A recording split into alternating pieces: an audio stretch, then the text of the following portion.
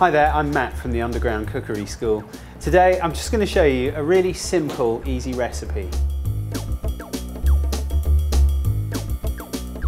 Hello, I'm going to show you how to make a pasta pomodoro. First thing is pan on the hob. I'm going to use tin tomatoes because fresh are generally, we've only got about 3 weeks when they're in season. So here's how you make one out of tin tomatoes. A bit of butter in the pan and a little bit of olive oil. What I've also done is I've got some onions already diced up, some garlic and a little bit of chili powder. And what's going to happen is we're going to fry the onion off. I'm talking because I just want the heat to get going on the pan. You always throw onions into a hot pan. What we're then going to do is throw some chili powder into the pan with the onions. The onion's going to absorb all that chili. We'll add the garlic. When we add the blitzed tin tomatoes, which we've already done, what will happen is the chili will slowly seep into the sauce and flavour it. Right, as you can probably hear, I mean that's more than enough onion. I'm going to just get those going. I mean normally what I would recommend, if I had more time, which I don't because I'm filming, what I would do is put a lid on the pan and turn the gas down and just let those onions simmer away for you know, maybe 5 or 6 minutes. If they're beginning to burn, you can always throw some white wine in there, which will just caramelise the pan or deglaze it, is sorry the word I'm looking for. But just get those onions going, just so that they're nice and soft. I'm happy with that for the moment. I've got plenty of garlic in here, probably about 2 teaspoons. That's just going to go straight into the pan.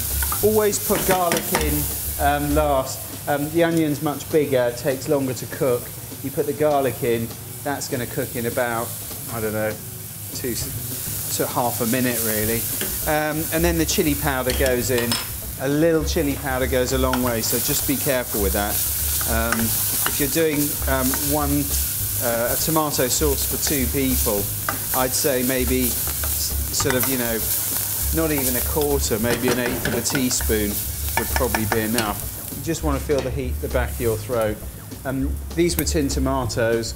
You can either go for dice or whole, it doesn't matter, but make sure they're nicely blitzed up. Just use a stick blender.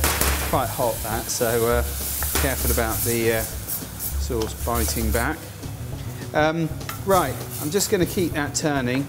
The consistency is quite watery at the moment, and what we want to do is get a more jam-like consistency.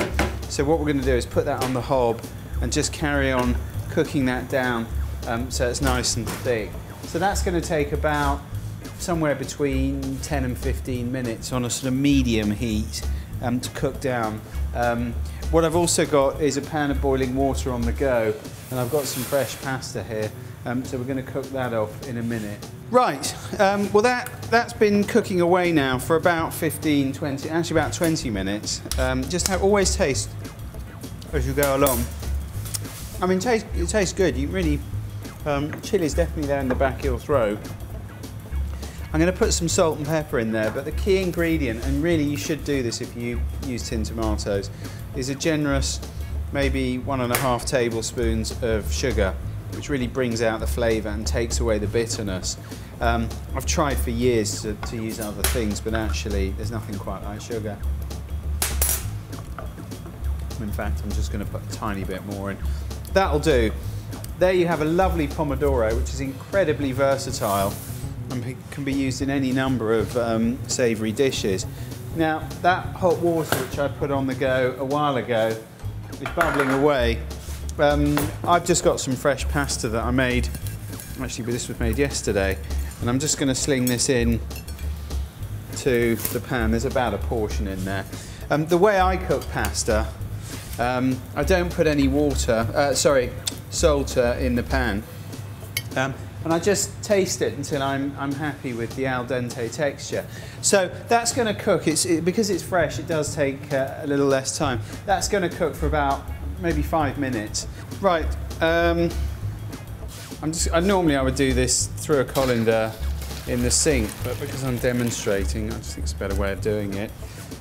The key mistake that people make when doing pasta is they don't leave enough moisture in They drain it completely, and all that happens there, the starches then cause the pasta to stick together. So I've left a little moisture in the pan. If you can see it, just got a little bit of gloss to it, which I think is how it should be. We're going to season now. A little bit of salt, some black pepper, some olive oil,